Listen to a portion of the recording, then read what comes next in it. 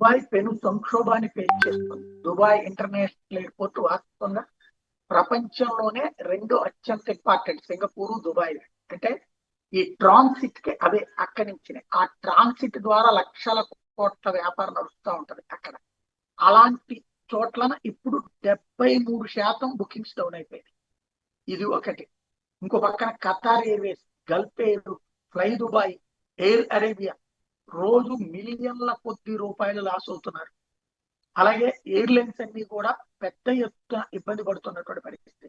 Dubai based billionaire ఎవరైతే గెడ్మిన్స్, జిమెల్లిస్ లాంటి వాళ్ళు దేశం విడిచిపోవడానికి సిద్ధపడుతున్నారు. అట్లాంటి వాళ్ళని పక్కన ఆపే ప్రయత్నం చేస్తోంది ప్రభుత్వం. అయితే ఆయన ఈ లెక్కలు చెప్పుకొచ్చాడు, ఇట్లయితే ఎట్లాగా అసలు మనం సక్సెస్ అయ్యేది అన్నట్టు. బట్ దుబాయ్ చాలా క్లియర్ గా చెప్తోంది, కష్టాల నుంచి తట్టుకు నిలబడి వచ్చిన వాళ్ళం మేము, మరింత స్ట్రాంగ్ గా ఉంటాము.